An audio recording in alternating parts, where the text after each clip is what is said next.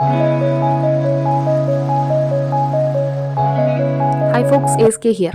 അപ്പോൾ നമ്മുടെ ഇന്നത്തെ സിമ്പിൾ റെസിപ്പി എന്ന് പറയുന്നത് ഒരു നാടൻ ചിക്കൻ റോസ്റ്റ് ആണ്. അപ്പോൾ അതിനായിട്ട് ഞാനിവിടെ കുറച്ച് ചിക്കൻ, അതൊരു 250 ഗ്രാം ചിക്കൻ എടുത്തിട്ടുണ്ട്.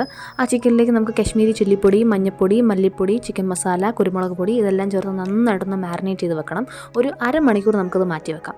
അതിനുശേഷം ഒരു പാൻ ചൂടാക്കുക, അതിലേക്ക് എണ്ണ ഒഴിച്ച് എണ്ണ ചൂടായി വരുമ്പോഴത്തേക്കും നമുക്കതിലേക്ക് കടുക് പൊട്ടിച്ചെടുക്കാം.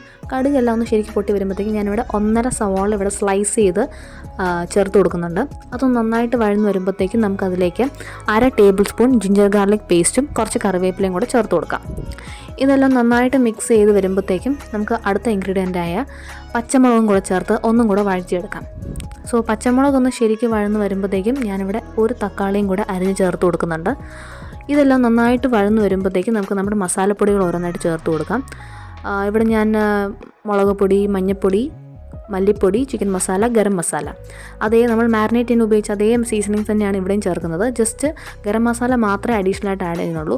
പിന്നെ എല്ലാം ഒന്ന് വഴന്ന് വരുമ്പോഴത്തേക്കും നമുക്ക് ഉപ്പ് ആവശ്യത്തിന് മതി, ബാക്കി നമുക്ക് ടേസ്റ്റ് നോക്കി ചേർക്കാവുന്നതാണ്. പിന്നെ എല്ലാം ഒന്ന് മിക്സ് ആയ ശേഷം നമുക്ക് നമ്മുടെ ചിക്കനും കൂടെ ചേർത്ത് നന്നായിട്ട് മിക്സ് ചെയ്തെടുക്കണം. അതിനുശേഷം ഞാൻ കുറച്ച് വെള്ളം ചേർത്ത് കൊടുക്കുന്നുണ്ട്, കാരണം ഓൾറെഡി നമ്മുടെ ചിക്കനിൽ നിന്ന് വെള്ളം ഇറങ്ങി വരും. അപ്പോൾ അധികം വെള്ളം ചേർത്ത് കൊടുക്കണ്ട. പിന്നെ കുറച്ച് കറിവേപ്പിലയും കൂടെ ചേർത്ത് ഞാനൊരു അരമണിക്കൂറോളം അടച്ച് വെച്ച് കുക്ക് ചെയ്യും. പിന്നെ ഞാനൊരു 10 മിനിറ്റ് തുറന്ന് വെച്ച് കുക്ക് ചെയ്തു. അപ്പോൾ നമ്മുടെ ആ ഒരു വെള്ളം എല്ലാം വറ്റിയതിന് ശേഷം ഒന്ന് ഡ്രൈ ആകുമ്പോഴത്തേക്കും നമുക്ക് അതിലേക്ക് കുറച്ച് ഗരം മസാലയും കൂടെ ഒന്ന് തൂക്കി കൊടുക്കാം. അപ്പോൾ ഇത്രേ ഉള്ളൂ. എല്ലാം ഒന്ന് മിക്സ് ആയി കഴിയുമ്പോൾ നമ്മുടെ നാടൻ ചിക്കൻ റോസ്റ്റ് റെഡി.